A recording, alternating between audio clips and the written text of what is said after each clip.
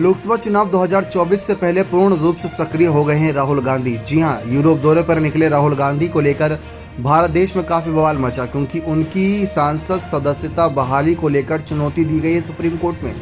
जी हां, आपको बता दें कि वकील अशोक पांडे ने याचिका दायर करी। जैसा कि हमने आपको पिछली रिपोर्ट में जानकारी दी थी कि पांडे ने याचिका में कहा है कि एक बार संसद या राज्य विधानमंडल का सदस्य जनप्रतिनिधित्व अधिनियम 1951 की धारा 8(3) के तहत संविधान के अनुच्छेद 102, 191 के तहत अपना पद खो देता है तो वह तब तक अयोग्य घोषित रहेगा जब तक कि कोई हायर कोर्ट उसके खिलाफ लगाए गए आरोपों से बरी नहीं कर देता। आरोपों से बरी नहीं कर देता।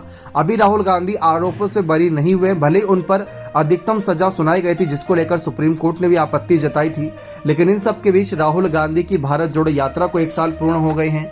अब यात्रा को 1 साल पूर्ण हो गए तो राहुल गांधी इसका जश्न भी मना रहे हैं, यानी कि जनता के बीच ये बात कह रहे हैं कि राहुल गांधी फिर से इनकी यात्रा जो जारी है। 4000 किलोमीटर जो चले थे, 145 दिन की ये यात्रा सड़कों पर लगातार थे राहुल गांधी।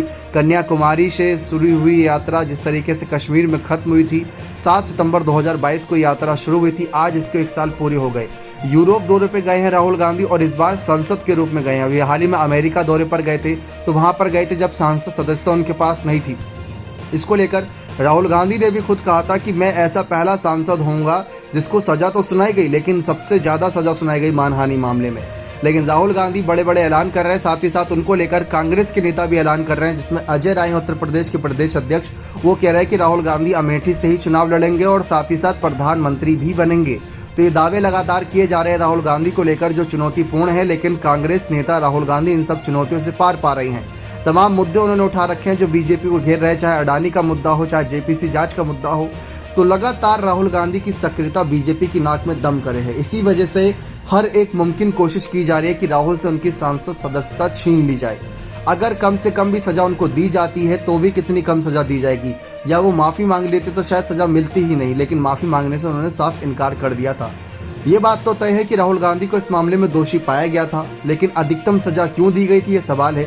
इसी वजह से वकील या अशोक पांडे ने जो याचिका दायर करी है उसमें यही कहा है कि जब तक उनको सजा सुनाए जाने के बाद उनके आरोपों से बरी नहीं कर देते, तब तक उनको आप कैसे उनकी सजा माफ़ कर देंगे। उनको तो सजा मिलनी चाहिए या उनकी सांसद सदस्यता छीन जानी चाहिए, और जो सीट खाली हुई थी उस सीट पर तो उपचुनाव होना चाहिए था। तो यही बात लगातार दोहराई जा रही है। तो बीजेपी की रणनीति है, भले ही एक वकील द्वारा कदम उठाया गया, लेकिन इसमें साफ तौर पर नजर आ रहा है कि पक्ष की पार्टी की रणनीति है कि विपक्ष को परेशान किया जाए। क्या सचमुच आपको लग रहा है कि राहुल गांधी प्रधानमंत्री पद के प्रबल दावेदार है, वो बन ही जाएंगे पीएम इस बार 2024 में? तो अपने राय कमेंट सेक्शन में जोड़ दीजिएगा। बहुत बहुत धन्यवाद।